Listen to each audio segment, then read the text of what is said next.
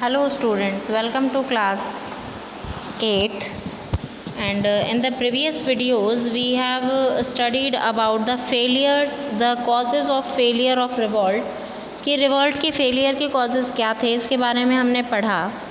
आज का जो हमारा टॉपिक है that is the list of 84 rules. 84 rules की जो लिस्ट है वो क्या है उसके बारे में हम देखते हैं। Given here are excerpts from the book Majha Pravas. माझा प्रवास के बारे में, माझा प्रवास एक बुक है, उससे जो हमने कुछ एक्सर्प्ट्स लिए हैं उसमें हम आपको, जो कि विष्णु भट्ट गोडसे ने लिखी थी, जो कि एक ब्राह्मण थे महाराष्ट्र विलेज से, उनकी बुक माझा प्रवास से हमने कुछ अंश लिए हैं, उनके बारे में आपको बता रहे हैं। ही एंड हिज अंकल, यानी कि जो विष्णु भट्ट गोडसे थे वो और उनके uncle set out to attend a yagya. वो बाहर गए थे एक बार एक यज्ञ को अटेंड करने, यानी कि एक यज्ञ वगैरह को अटेंड करने बाहर गए थे। बीइंग ऑर्गेनाइज्ड इन मथुरा, जो कि मथुरा में ऑर्गेनाइज किया गया था। Vishnu Bhatt wrote that they met some sepoys on the way.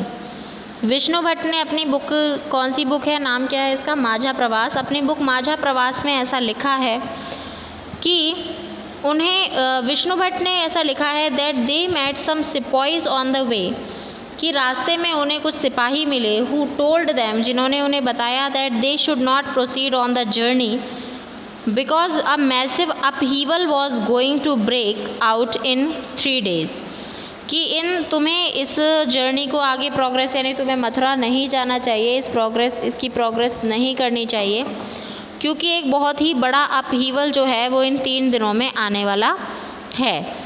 The sepoys, यानी बहुत बड़ा एक रिवॉल्यूशन या फिर कुछ होने वाला है, तो तुम्हें यहाँ पे यात्रा नहीं करनी चाहिए।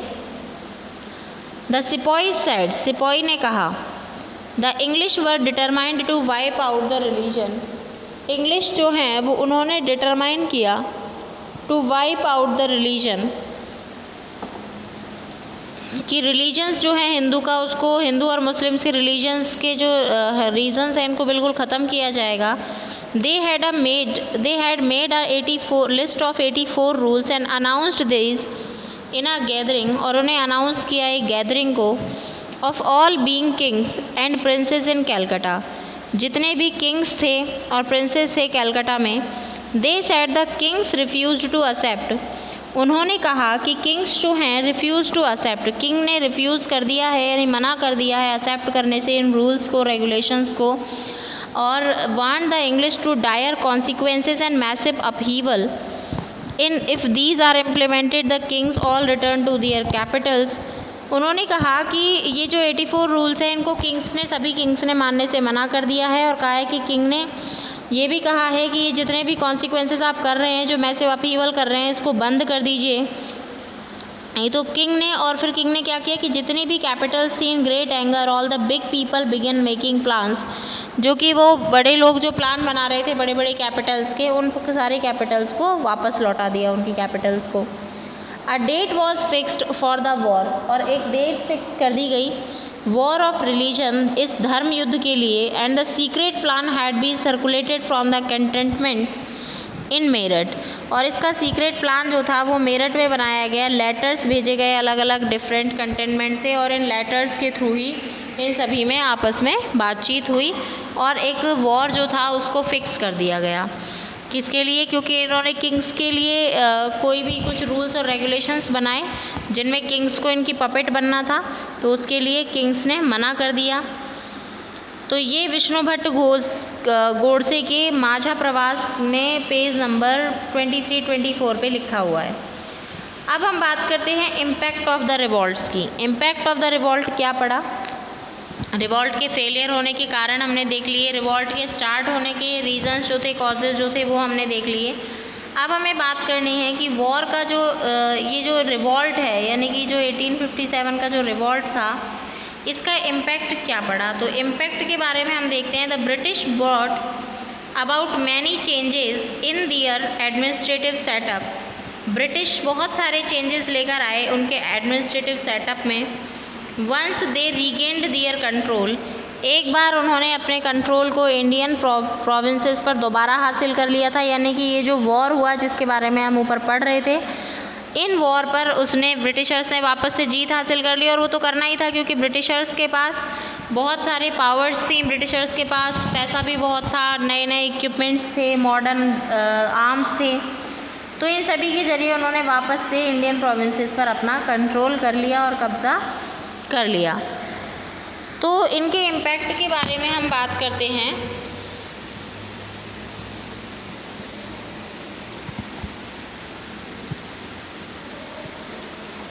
इम्पैक्ट देखिए, reformations introduced by the British were as under. जो रिफॉर्मेशन जो ब्रिटिश थे उन्होंने किए, वो रिफॉर्मेशंस क्या क्या थे उनके बारे में हम देखते हैं।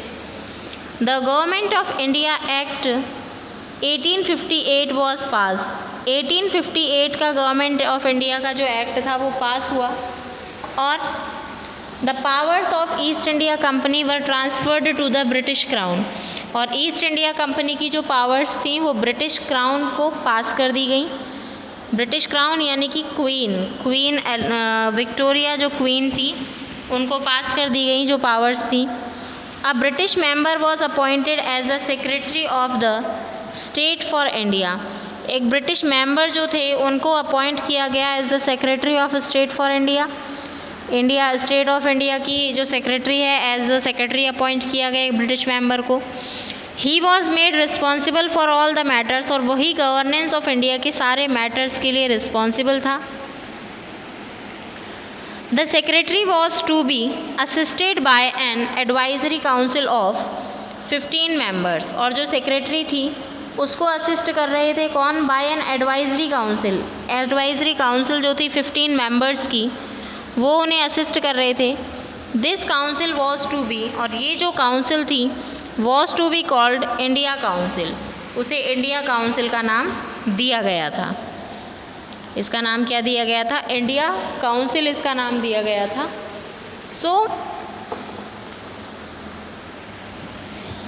ये फर्स्ट तो रिफॉर्मेशन ये किया गया कि 1858 पास किया गया, सारी जो पावर्स है वो ब्रिटिश क्राउन को दे दी गई जो कि क्वीन विक्टोरिया के पास थी, और एक मेंबर को रखा गया जो कि सारे गवर्नेंस के काम देखता था, और एडवाइजरी काउंसिल जो थी वो 15 मेंबर्स की बनाई गई।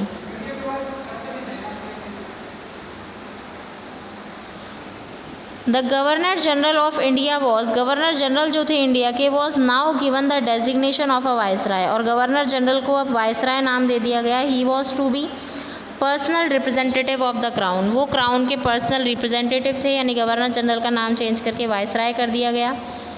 The army was thoroughly reorganize, army को भी रीऑर्गेनाइज किया गया। The proportion of British soldiers was increase, British soldiers का प्रोपोर्शन उसमें इंक्रीज किया गया। Indians were divided into martial and non martial races, Indian को मार्शल और नॉन मार्शल रेसेस यानी दो जातियों में डिवाइड कर दिया गया। Were raised on the basis of caste, यानी कास्ट और रीजन यानी जिस एरिया से वो आते हैं, सच है सिख रेजिमेंट, जाट रेजिमेंट, ऐसे यानी कि कास्ट के अकॉर्डिंग उनकी रेजिमेंट्स जो थी वो डिसाइड कर दी गई, यानी कि कास्ट के नाम पर उनकी रेजिमेंट्स डिसाइड की गई। ये एक रिफॉर्मेशन हुआ। नेक्स्ट था Queen Victoria assured the rulers of princely states, Queen Victoria को rulers of princely states that the government, उन्हें एश्योर किया गया रूलर्स ऑफ प्रिंसली स्टेट की government would not annex their territories, government जो है वो प्रिंसली स्टेट्स जो हैं जितने भी यानी जितनी भी रियासतें थीं उन सभी को ये विश्वास दिलाया गया कि उनकी टेरिटरीज़ को अब जो मिलाया नहीं जाएगा या ब्रिटिश एम्पायर में इंक्लूड नहीं किया जाएगा। समटाइम्स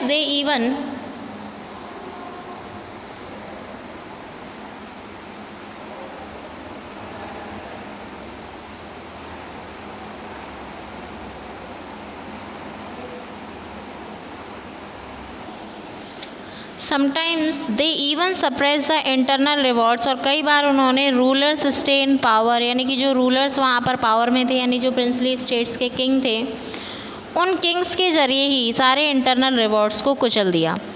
बाय स्टॉपिंग ऑल एनेक्सेशंस, और इन सभी एनेक्सेशंस को रोकने के बाद withdrawing the doctrine of lapse, doctrine of lapse के बाद री अवॉर्डिंग द टाइटल्स को रिवॉर्ड किया। doctrine of lapse. With the drawing of doctrine of lapse rewarding the titles owners to the rulers, government tried to make them allies. Government उन्हें अपने क्या बनाना चाहती थी? allies यानी कि अपने मित्र बनाना चाहती थी रूलर्स को, यानी वो चाहती थी कि रूलर्स जो हैं, जो प्रिंसली स्टेट्स के जो किंग्स हैं, जो रूलर्स हैं, वो उन्हीं के अकॉर्डिंग काम करें और उन्हीं के फेवर में काम करें। इसीलिए उन्होंने जितने भी एनेक्सेशंस थे, चाहे वो डॉक्ट्राइन ऑफ लैप्स के थ्रू हों, चाहे वो टाइटल्स हों, इन सभी चीज़ों को उन्होंने, यानी कि जैसे झांसी को मिलाया गया था डॉक्ट्राइन ऑफ लैप्स के थ्रू, ऐसे ही सारे जो रूल्स थे वो बंद कर दिए। Muslims were reviewed by British with suspicion for inciting the rebellion. Muslims जो थे वो ब्रिटिशर्स के द्वारा देखे गए विद सस्पिशन कि ये भी विद्रोह कर सकते हैं, ऐसा उन्हें संदेह था, ऐसा उन्हें शक था। तो मुस्लिम्स जो थे वो सस्पिशियस थे। As a result the land and the property of Muslims were confiscated, और इस रिज़ल्ट में लैंड और प्रॉपर्टी जो थी मुस्लिम्स की, उनको बहुत ही लार्ज स्केल पर कन्फिस्केट कर दिया गया, मीन्स उनकी प्रॉपर्टीज़ को हड़प लिया गया। British decided to respect the customary religious, British ने डिसाइड किया कि कस्टमरी रिलीजियस और सोशल प्रैक्टिस को, यानी कि लोगों की धार्मिक भावनाओं को आहत नहीं किया जाएगा, लोगों की रिलीजियस जो फीलिंग है उनके ऊपर कोई भी कमेंट या उनके ऊपर कोई भी आँच नहीं आने दी जाएगी। Policies were made to protect landlords and zamindars and give them security of rights. Properties जो की गई मेड टू प्रोटेक्ट लैंडलॉर्ड्स, जो कि लैंडलॉर्ड्स को प्रोटेक्ट करने के लिए, and zamindars give them security of rights over their lands, जो कि उनकी लैंड्स पर सिक्योरिटी, यानी कि उनकी जो लैंड उनके पास थी उसको भी सिक्योर रखा गया। तो पॉलिसीज़ ऐसी बनाई गई कि लैंडलॉर्ड और ज़मींदारों को कोई भी नुकसान ना हो। It can be said that after 1857, तो ऐसा कहा जा सकता है कि 1857 के बाद एक नया जो फेज़ था इंडिया का, इंडियन हिस्ट्री में एक नया चैप्टर जुड़ गया और एक नया अध्याय जुड़ा और एक नया ही इंडिया 1857 के बाद बन गया। यानी ब्रिटिशर्स ने बहुत सारी राहतें भी दी इंडियंस को, क्योंकि उन्हें पता लग गया था कि अगर अब ऐसा हुआ, यानी अगर ज़्यादा हम इन्हें सप्रेस करेंगे तो ये जो ब्रिटिशर जो इंडियंस हैं वो एक साथ अगर मिलकर अगर इस रिबेल को भी करते तो हो सकता है कि आज हम ब्रिटिश नहीं जीत पाते। तो इसीलिए इन्होंने बहुत सारे ये जो आइडियाज़ थे ये इन्होंने लगाए।